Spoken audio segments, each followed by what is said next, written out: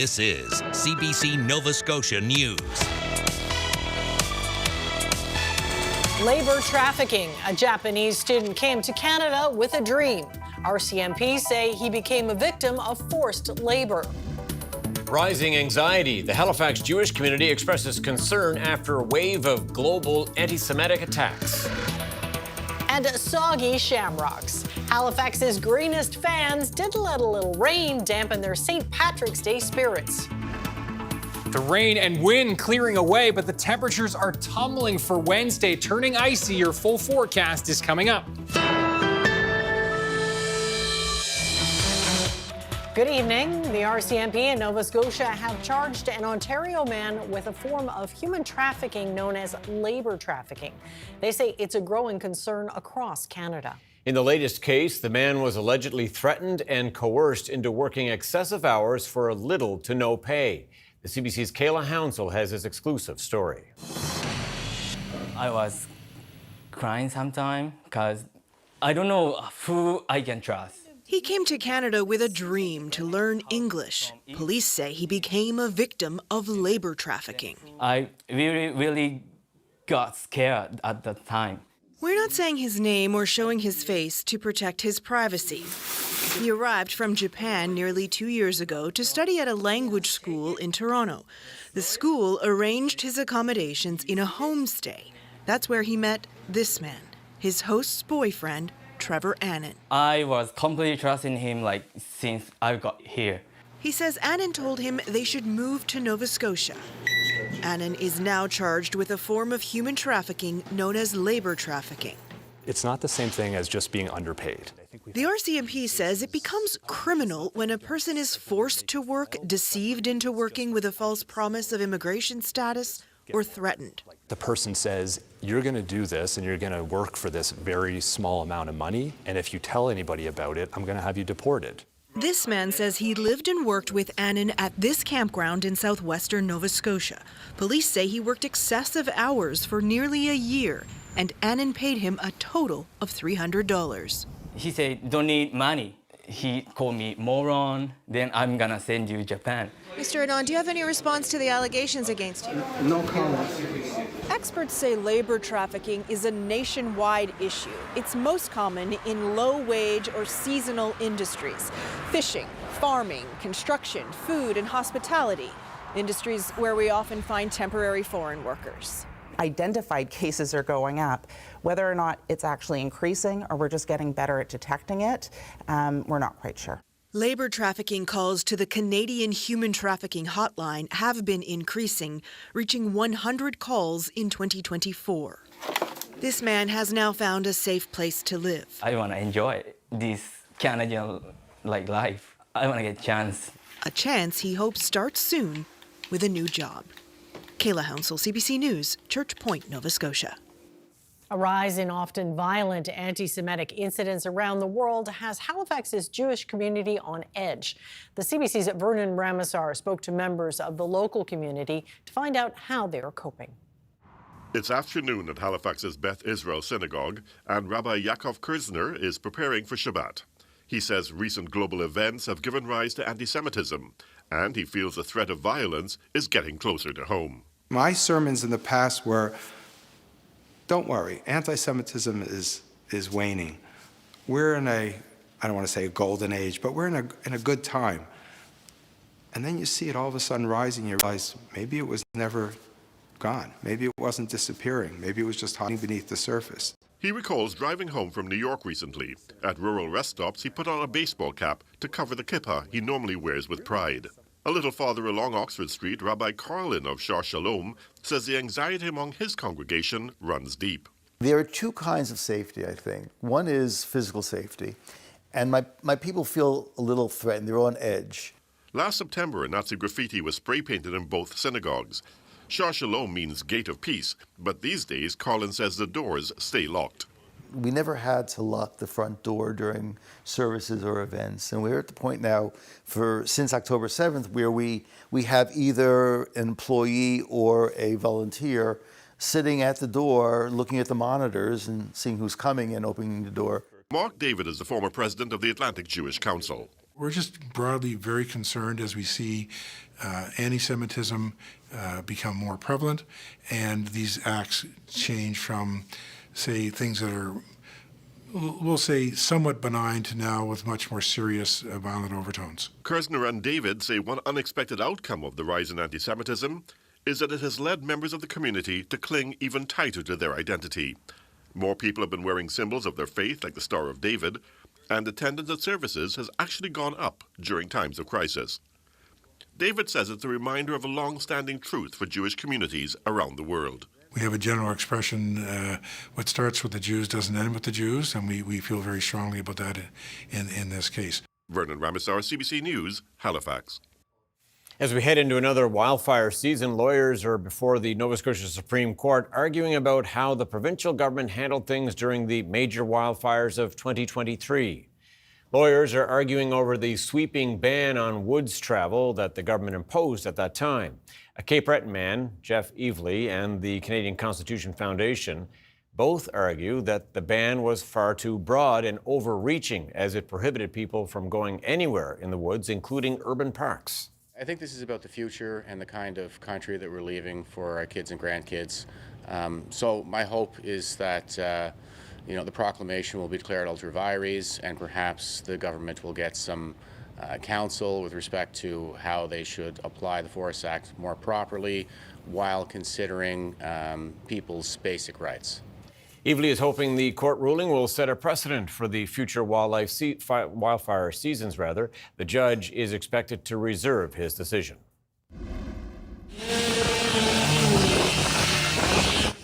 That is a downed tree in the north end of Halifax on what was a wild weather day. Fallen and knocked over trees and debris were common sights today, and the spring storm brought torrential downpours and high winds, causing thousands of power outages. And at its peak, Nova Scotia Power reported 39,000 customers were in the dark. Didn't lose power in the Weather Center, though. That's the good news. Ryan Snoddon back with us now. Yes, of course, you had lots to do today. Yeah, it was a busy day, and let's start with the peak wind gusts from across the province, and you can see they were widespread in the 70 to 90 kilometer per hour range. 94 Port Hawkesbury, our strongest official gust at one of the airport stations. Briar Island gusted to 93 just before midnight. These are all after midnight gusts, and yeah, it was windy for sure, and it was wet and warm, and now temperatures are crashing, and this is going to be the big story for Wednesday. Is we're below freezing to start the day, around -2 to -6, and we're staying below the freezing mark throughout the day tomorrow. And so things are going to turn icy. The potential for black ice is there for sure through the late overnight, but more so for Wednesday morning and really throughout the day tomorrow. Make sure you have a look at your front steps before you take those first few steps on Wednesday morning. It's going to be very, very slick as we look at all that rain and the snow melt, things freezing up. The good news is we're quieter for Wednesday into Thursday as high pressure moves in. We'll talk about that in the first day of spring on Friday. Coming up. It's coming. Stay tuned. Thanks, Ryan. Thank you, Ryan. A civilian crisis team in Halifax is expanding its reach to help more people. The Crisis Assistance and Response Team, or CARE, help people in mental health crises who are intoxicated or need other support rather than police. The mobile team has been working in the Dartmouth and Cole Harbour area since the fall. They recently moved to a 24/7 model. On Monday, they expanded their zone to include the north end of Halifax and the Halifax waterfront. The team can respond to more, that they can handle more. Not that calls were not coming in, but the team had capacity for more. Okay. And if we are receiving demands, then it's important to be able to meet the demands when we have the capacity to do so. The CARE team is finishing up a formal agreement with local police, which would allow 911 dispatchers to divert calls to the civilian team. The board of the Halifax Bridge Commission will soon be dissolved, which has some municipal councillors concerned. Halifax Harbour Bridges has been an independent provincial agency since 1950, but a new provincial bill moves the commission under the Link Nova Scotia Crown Corporation. We're headed into a period of really big changes when big decisions are going to be made about the McKay, the replacement for the McKay Bridge. So I think it's important at a time like that to have political eyes and ears involved in the decision making early on. We don't want to get down a road too far and find out that that just won't work for the residents of HRM. Link Nova Scotia handles long-term transportation planning for the Halifax area and entire province. A long-awaited Mi'kmaq Cultural Centre is getting another funding boost from the federal government. Luke Ettinger reports. Mi'kmaq Cultural Centre grew from a vision that began many years ago. For decades, Elder Don Julian has been part of the vision for the Mi'kmaq Cultural Centre. Now the almost $49 million project is another step closer to shovels in the ground. Our federal government is investing $1.1 million in the construction of a new Mi'kmaq Cultural Centre. This incredible project will become an Indigenous-led cultural tourism destination, welcoming students, families, and visitors who want to learn about Mi'kmaq history, culture, and the deep connection to this beautiful land. It is part of $6 million to support Indigenous tourism across the country. Those include an Indigenous cuisine restaurant at the Quebec City Airport and a wellness spa on Enoch Cree Nation in Alberta. Supporting Indigenous tourism is part of economic reconciliation. I've seen it myself. It creates tremendous opportunities for Indigenous entrepreneurs. It supports our local businesses and brings visitors to diverse communities. Last fall, the federal government announced $9 million to support the DeBert project. Executive Director Tim Bernard says there still is about $10 million needed, and they're looking to other levels of government for support. But construction of the building is set to go to tender this spring. Once we receive and negotiate the bid with the successful construction company, we're looking at a July, August shovel in the ground. The center will tell thousands of years of Mi'kmaq history. Our elders, leaders, and communities recognize that the DeBert area holds one of the most important ancient Mi'kmaq sites in Mi'kmaq. Bernard says there are thousands of Mi'kmaq artifacts from museums across North America that will come to the center, which is slated to open in November 2028. Luke Ettinger, CBC News, Millbrook. Well, never let a little rain keep you from celebrating St. Patrick's Day. Yeah, despite the weather, plenty of people in Halifax lined up outside the pubs this morning.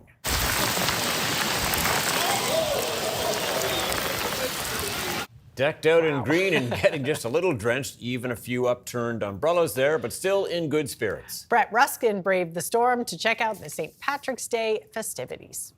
This is St. Patrick's Day in Halifax. Folks were lined up from the early morning hours today to get a spot at a table here. So this is 200 of my closest friends here at Dirty Nellie's Irish Pub here in downtown Halifax. There's also other pubs who are also packed as well. I was able to speak with the co-owner of the Old Triangle Irish Pub just down the hill from here, talking about the importance of St. Patrick's Day to the community, to local businesses. Here's what he had to say. Real celebrations that Halifax does for St. Patrick's Day, I think, is quite unique around the world. You know, it's not just getting in together at the bar and having a bunch of pints. There is a real sense of community. You know, you get a lot of people who come in before work to have some breakfast, and they'll just have a water or a coffee, and you just get so many people coming in and out and who are really there to just enjoy each other's company. So not all about sitting together and having some pints, but it's a lot about getting together, having some pints. So the beer was flowing early this morning, shortly after the coffee was flowing. So it was pouring inside, but there was pouring outside as well. With torrential rain, there was a weather advisory issued for Halifax. It is still coming down quite a bit outside here. I was able to speak with the first group of people in line. They were here at 2 a.m. last night, went to a casino when the bar closed, when the pub closed here, and then came back at 4 a.m. to line up for the doors opening at 7. Here's what they had to say about the experience.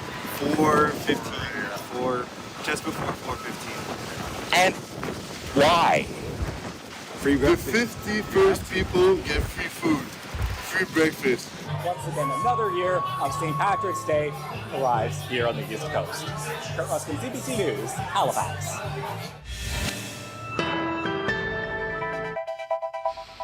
Yeah, there's soggy Ketch Harbor. Ryan is up next with full weather forecast. See you in just a few minutes.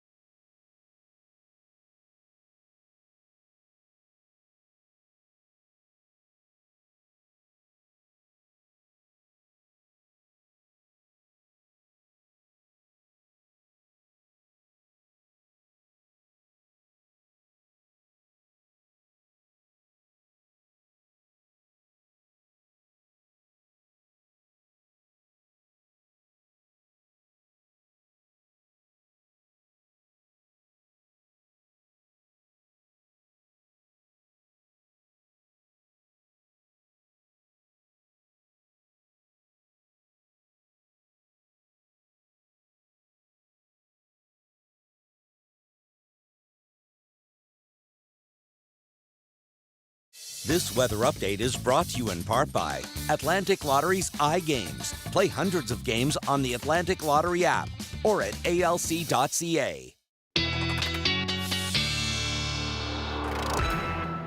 Yes, how many people lined up outside an Irish pub today in Nova Scotia were saying, what the heck's the good of an umbrella? The rain's blowing sideways. Well, then you're soaked, and then you go inside, and you're still soaked. Yeah, for sure. Special St. Patty's Day. That's right, exactly. One to remember. Yeah. One to remember. It was pouring down at times this morning and even into the afternoon for eastern areas of the province. Here's a look at how much we did pick up, and the bullseye seemed to be that South Shore and into the Bridgewater area, where numerous weather stations there were in the 50, 60, 70, even 80 millimeter range through Bridgewater. Now, these are preliminary totals as of Tuesday afternoon. It did rain after I added these up a little bit more. So we'll have the final totals for tomorrow night here on the show. As we look at those high temperatures, we are looking at near 20 degrees at Cheticamp today, 14 Pictou, 16 Truro, 16 and 17 through the valley. It was mild and yes, windy as we mentioned earlier with those widespread gusts, 70 to 90 kilometers per hour leading to the outages. There are the temperatures right now. We're still hanging on to the teens through northern Cape Breton.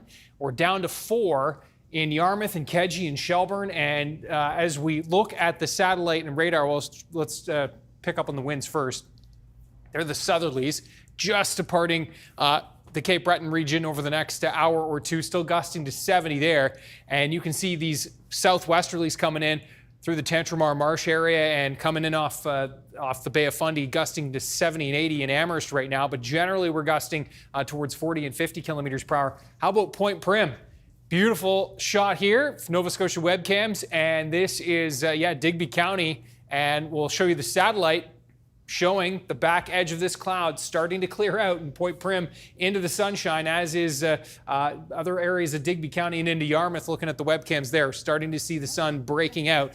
Showers still coming down Halifax, and the rain still streaming up across Guysborough and into Cape Breton. So yes, those totals that I just mentioned, we will add up those totals and have you a final tally tomorrow night. There's the next system that we're going to be watching, but we've got high pressure moving in the meantime. Look at the temperature surging in Alberta today, 14 to 16 degrees there.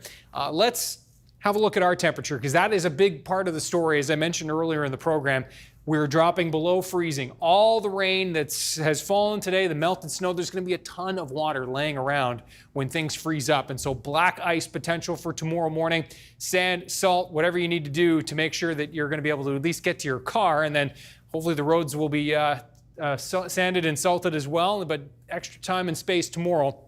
There's your timeline, and by the time we get to Wednesday morning, we're below the freezing mark, but temps will continue to fall after 6 a.m. We'll likely bottoming out around 7 to 8 a.m. tomorrow morning, and then remaining below the freezing mark through lunchtime and even into the afternoon for most, perhaps squeaking above the freezing mark along the Atlantic coastline for tomorrow, but it is going to be a chilly one. West to northwest winds gusting to 30, 40 kilometers per hour for Cape Breton. Chance for some morning flurries here, but then generally a quiet day. We'll be near the freezing mark for the eastern shore tomorrow.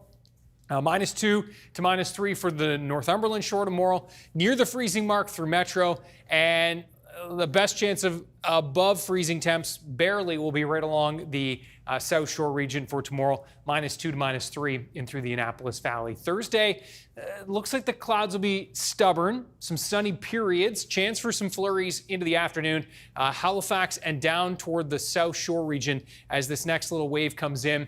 We are looking at overall, though, pretty quiet conditions. This system driving to the north on Friday with a few flurries there. And that is the first day of spring. Spring will arrive late Friday morning.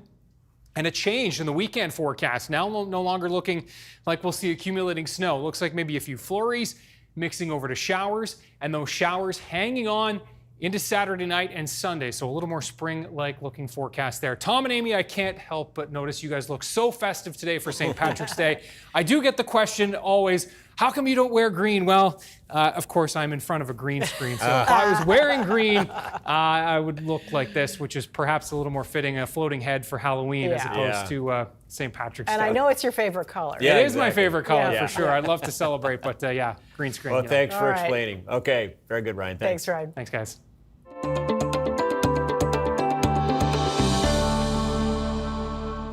Well, oyster harvesters in the Maritimes are hoping a recent scientific breakthrough will fight off a deadly shellfish disease. The CBC's Caitlin Beliveau reports on what scientists in New Brunswick have discovered about MSX. Researchers hit a major milestone in the fight against MSX, a disease that attacks oysters and threatens the shellfish industry. Scientists in New Brunswick have mapped the DNA of MSX. It helps them understand how the disease works so they can fight it. It's a discovery they say no one else in the world has accomplished. This is kind of breakthrough, I would say. So nobody has ever done it. The disease doesn't harm humans, but when it infects oysters, it has a 90 to 95% mortality rate. So we had been testing this on a very low grade level for years and years and years. But then it really just reared its head, 2024, and massive outbreak. And you can imagine how that would affect this industry that so many people thrive on in small coastal communities. You know, in terms of money, it's many $1 million. I'm hoping, you know, we're all hoping that it's going to come back to the way it was, because we had a very promising industry producing a product that's very, you know, valuable, that's unique, with a long shelf life, and we're hoping it's going to get back to that point. The Research Council examined 17,000 oyster samples. After 7 months of looking into a microscope, they finally reached their goal. Nobody has ever sequenced MSX genome. As I said, the challenge is to isolate a single cell, and that was the key actually for our success. Sequencing the MSX genome. What does that mean? Well, researchers say it's like finding a needle in a haystack or a pearl in the ocean. Sequencing a genome essentially means getting a blueprint of what an oyster looks like at a cellular level. Researchers took cells from infected oysters and broke down the DNA in them. Then they put that information into a machine that tells them the DNA's unique code. Knowing the code tells them how the disease works and more about how it can be beat. In the Atlantic provinces, the oysters are not resistant yet, and some might be, but we need to breed the ones that are resistant, and this tool will help us locate the ones that are resistant easier. But having this being accelerated is going to make the life of growers, you know, better sooner, I guess. And the most exciting thing, I think, for science is that we uploaded that to that database for all to access. So it's publicly accessible. So science can really take that information and take off and just continue research on this devastating disease for our Atlantic industry, and to really improve and move forward and manage this so that we can stay on top. Coming up, the Retail Council of Canada says businesses are struggling to curb the rise in retail theft.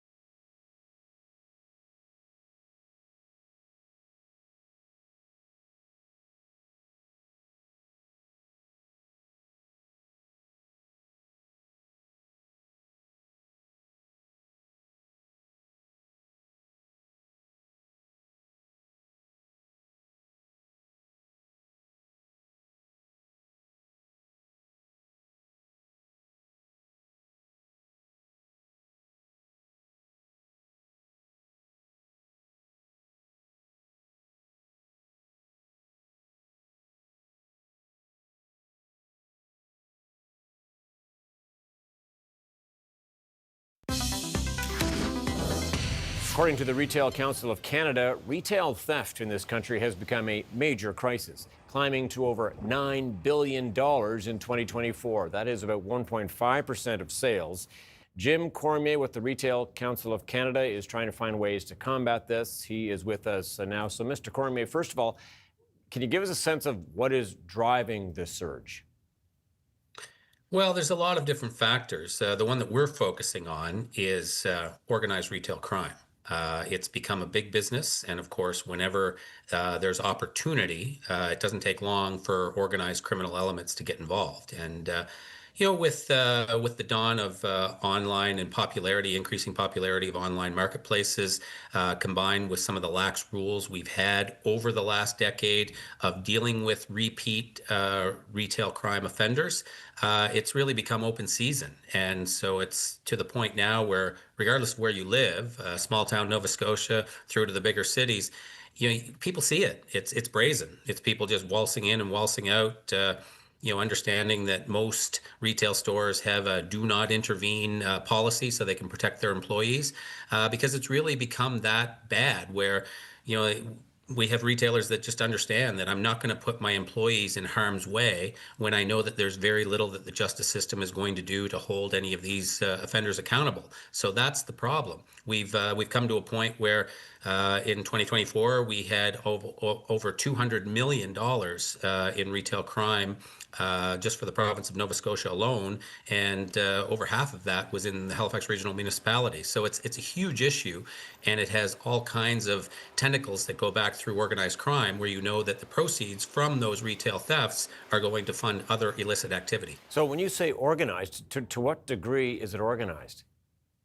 Well, it's organization at various levels. You can have the semi-organized crime, which is maybe a few good old boys that get together and they work multiple stores, but they're targeting certain products, and so it's organized in that respect. All the way up through to there's very sophisticated networks of people from other parts of Canada that they might be based in the bigger cities, but they come and they'll swoop through New Brunswick, Nova Scotia, hit some of the major areas, and then work back. Some of them are even coming internationally. I was at a retail crime conference in Toronto last week, and Canadian Border Services Agency was talking about that, the various countries and areas of the world where there are a lot of groups coming over into Canada because they know it's one of the easier countries in order to conduct this type of illicit activity. And so to what degree is affordability an issue or a cause here? Of course, it all factors in, because oftentimes these organized groups, they're not doing the stealing themselves. They're coming into communities, and then they're taking advantage of the homeless person or the underemployed person. They're taking advantage of the person who might have a drug addiction issue, and they're feeding them maybe $50, $20 to say, here's a list of products that I want you to go in and steal. And of course, if that person's apprehended, it's not the person that's causing the issue that's getting arrested. So, and then of course you're dealing with the fact that policing is underfunded.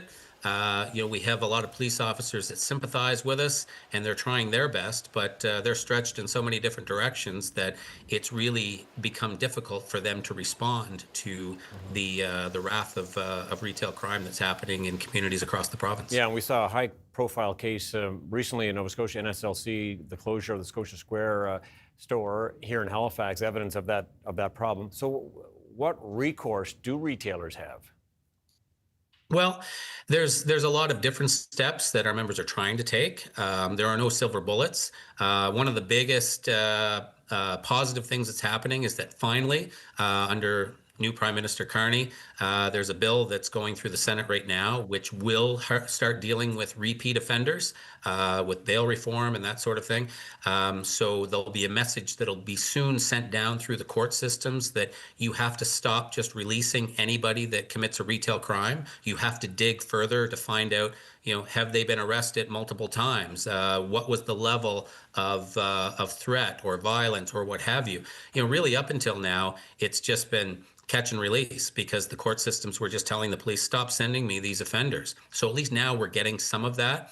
At the same time, at the retail level, retailers were putting their hands up and saying nothing's ever going to happen anyway, so they weren't reporting the crimes. So we know that as bad as the stats are, it's actually much worse because so many members weren't reporting the crime anyway. So we're working with them to say, look, police are statistics driven. You have to report regardless of how long it takes. So now we're also working with police officers as well, different organizations, to say, what are ways where we can work together? We do a lot of successful work in other parts of the country where we organize retail blitzes in conjunction with police associations. We have national task forces where we get together with our members and police and we can exchange ideas. These are all things that don't cost money, but they're all things that do have an impact. We're calling for increased beat cops. Wouldn't it be great if in some of these high retail areas where a lot of the crime is happening, where you could see a police officer walking up and down the beat from time to time, a Spring Garden Road, think of that, for a retail area that experiences a lot of theft. That would be great. It's not a silver bullet, but it's all of these things in conjunction that can start to help deal with the problem. Yeah, as you say, no easy solution. We'll have to leave it there. Jim Cormier, the Retail Council of Canada, thank you very much.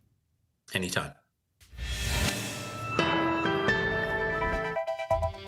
Coming up, research suggests life-threatening complications for new mothers are often overlooked in the weeks after childbirth.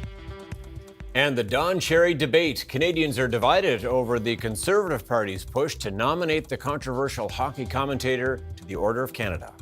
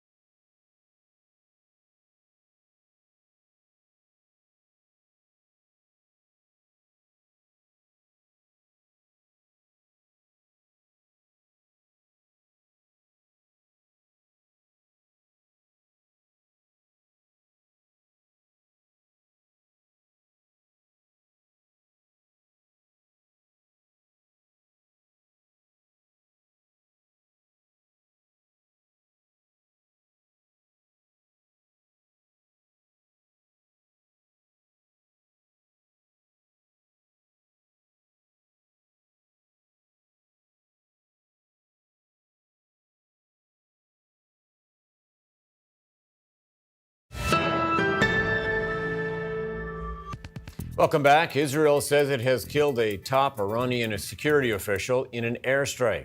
This as Tehran launches more missiles and drones into neighboring Gulf nations. But as it continues its blockade of the Strait of Hormuz, Donald Trump now says the U.S. does not need anyone's help to secure the vital shipping route. Katie Simpson reports from Doha. Israel says it carried out an airstrike that killed Iran's top security official, Ali Larijani. It had been widely believed that he was involved in running the country ever since Iran's supreme leader was killed at the outset of this conflict. Now, he was heavily involved in the ongoing crackdown on protesters in Iran that started back in late December. Thousands of people killed in the streets. He was also involved in the ongoing nuclear negotiations with the United States. Iran has now confirmed that Larijani is dead in a statement that was read on state television as it continues on with its overall retaliation strategy. Multiple Gulf states had to defend against Iranian missiles and drones, including here in Qatar. There were two separate waves that were launched. One early this morning, loud explosions could be heard, powerful enough to shake some of the buildings in Doha. And a second wave in the early afternoon, again, powerful explosions could be heard in the capital. Iran also continues on with its blockade of the Strait of Hormuz, which is frustrating U.S. President Donald Trump.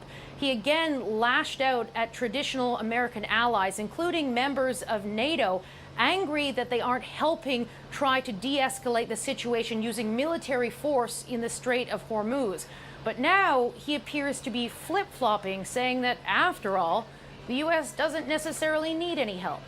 NATO's making a very foolish mistake, and I've long said that, I wonder whether or not NATO would ever be there for us. So this was a great test, because we don't need them, but they should have been there. Trump is facing new criticism at home, including from a key member of his national security team.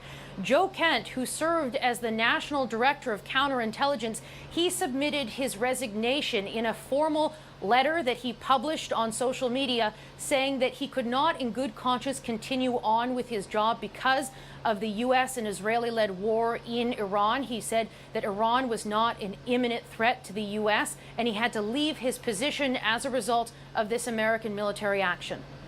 Katie Simpson, CBC News, Doha. The United Nations has begun an investigation into the deadly strike on a girls' school in Iran on February 28th.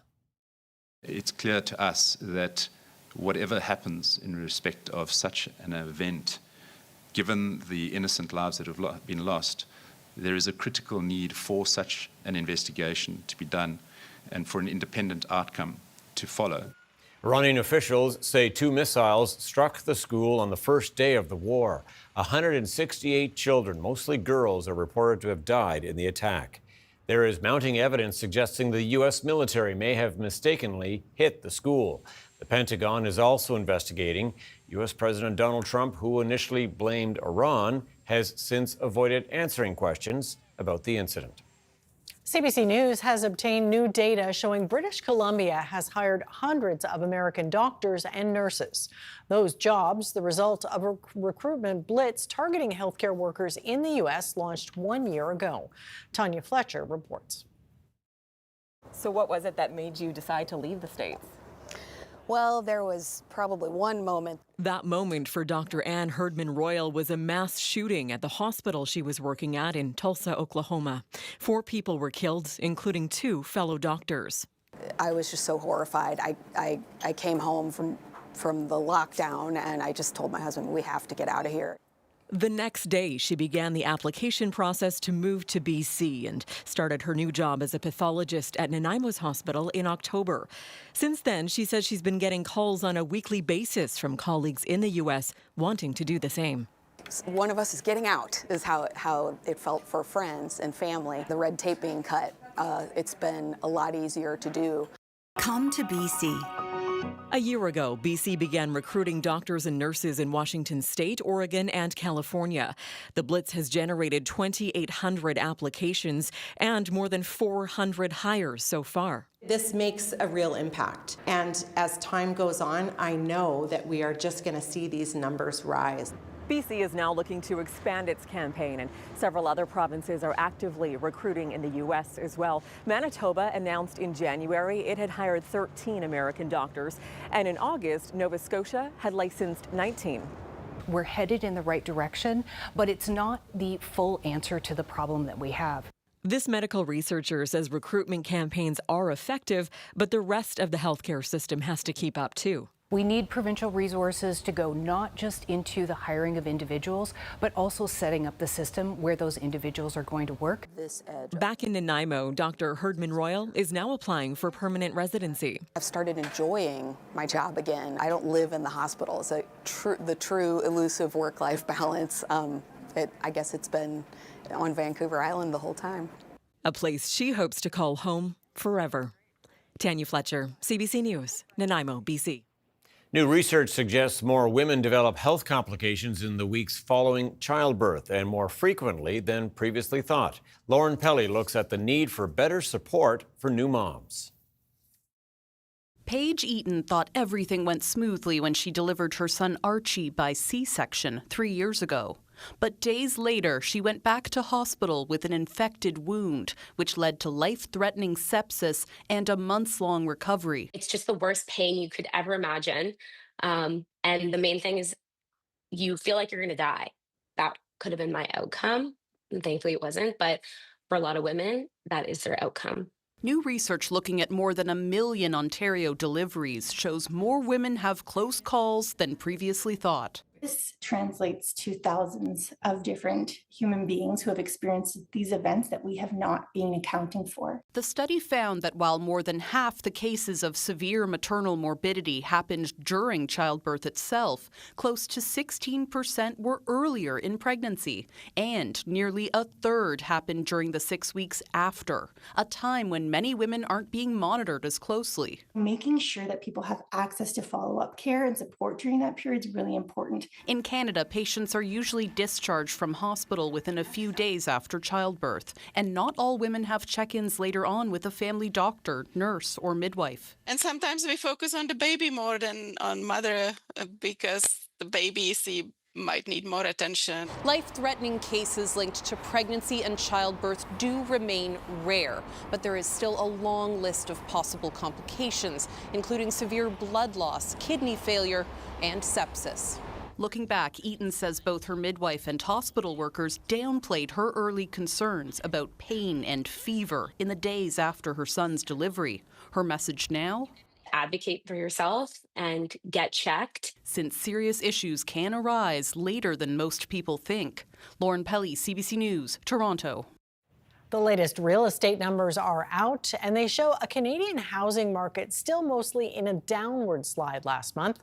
Anis Haidari has the details.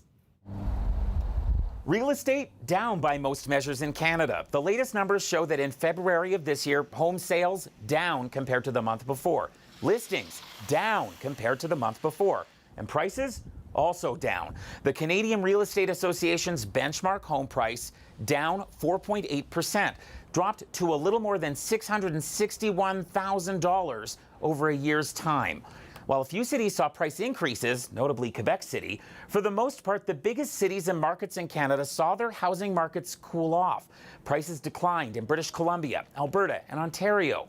While it's often typical that Canada's housing market is slower in the winter months, it's unclear when that may shift. It's a market that is kind of a slow, very low, few buyers entering the market at this stage, and prices declining. So in our view is that it's probably going to remain this kind of sluggish for the next few months. Maybe latter stages of 2026, we're going to see the market strengthening a little bit, but that's based on some of the uncertainty lifting. There are a lot of unknowns in the coming months that are likely to affect Canadians' appetite for housing and real estate. War in the Middle East and the potential for inflation from high oil prices, not to mention tension and uncertainty here at home over where Canada's own economy goes as free trade and tariffs are negotiated with the United States. And while the cost to take out a mortgage went down last year, a cut to interest rates isn't expected this month. Anis Haidari, CBC News, Calgary. A political storm is brewing around former hockey commentator and former NHL coach Don Cherry. Some federal Conservatives are pushing for him to be awarded the Order of Canada. But as Kate McKenna shows us, there's strong opposition even within party ranks. For more than 3 decades, Don Cherry's colorful suits and hot takes made Coach's Corner central to Canadian hockey culture. I'm speaking for the average Canadian that gets up in the morning at 6 o'clock, pays his taxes, and keeps his mouth shut. Now, at 92 years old, Cherry has become a controversial figure, sparking division over calls for him to be awarded one of the country's top honors. Love him. He's a national icon. Grew up watching him. I know he said some things that are a little bit off, but it was always pro-Canada. Federal Conservatives have launched a petition to appoint Cherry to the Order of Canada, pointing to significant contributions to Canadian sport and culture and lauding his candid and unapologetic style. The idea has the backing of Alberta's Premier and Ontario's Premier, Doug Ford. He's the most patriotic Canadian I've ever seen. But Quebec Conservative MPs are distancing themselves from their own party's push over comments Cherry made about French Canadians and Quebec nationalism. They don't want the Canadian flag, but they want our money. Saying this about the Quebecer chosen to carry the flag at the 1998 Olympics. And then we pick a French guy on some ski and nobody knows about. He complains. Jean-Luc Brassard is a gold medal winner. His eventual firing came in 2019 over this line about immigrants. You people love you. They come here, whatever it is. You love our way of life. You love our milk and honey. At least you could pay a couple of bucks for a poppy. A history so fraught, some wonder whether the Conservatives considered Quebec before launching the petition. It's a bit of a head scratcher. I have a very hard time seeing what the upside is here. You have to understand that, Mr. Cherry is not just famous in Quebec. He's infamous. It can take years before a nominated person is awarded the Order of Canada, meaning the debate around Cherry's legacy could last a while. Kate McKenna, CBC News, Ottawa. Canada's main stock index finished in positive territory today, helped by gains in the technology sector, while U.S. markets also rose. Once again, look at the numbers as we head to break tonight.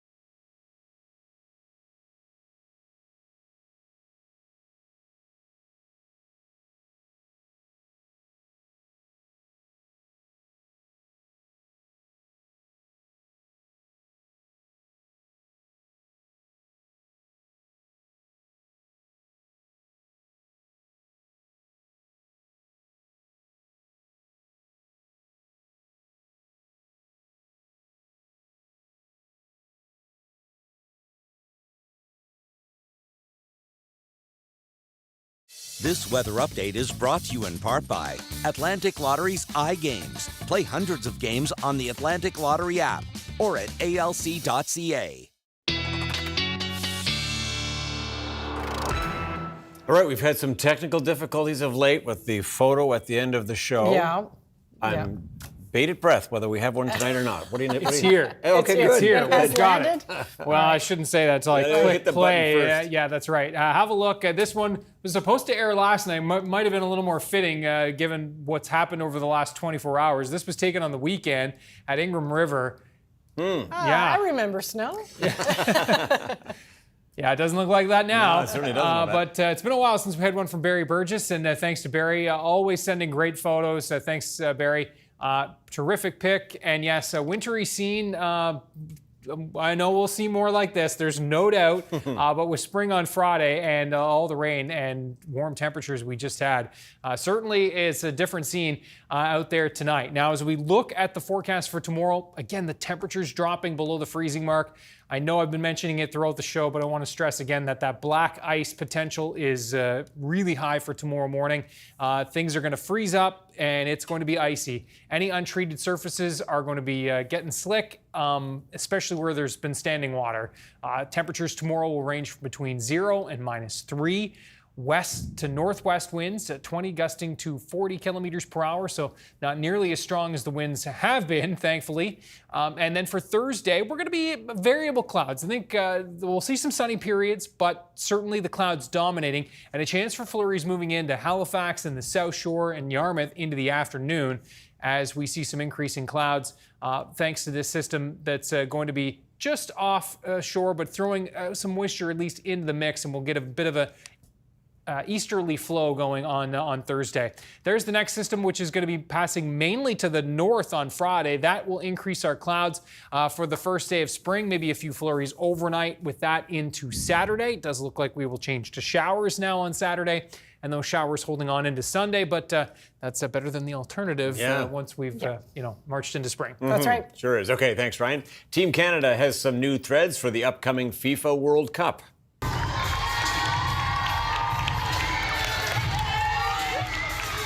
And that was the moment yesterday. We got the first look at the kits Team Canada will be sporting at the tournament. Soccer Canada says they're Canada's first custom-made World Cup jerseys since 1986. The home jersey is in Canadian red and features a big stemless maple leaf in the middle. The away kit comes in black and includes a wintry pattern. Team Canada will wear these jerseys first during a friendly match against Iceland on March the 28th. What's the reviews? I think they look pretty sharp. Yeah, I think so too. All right, that's it for us tonight. Thanks so much for watching. We'll see you next time. Good night. Good night.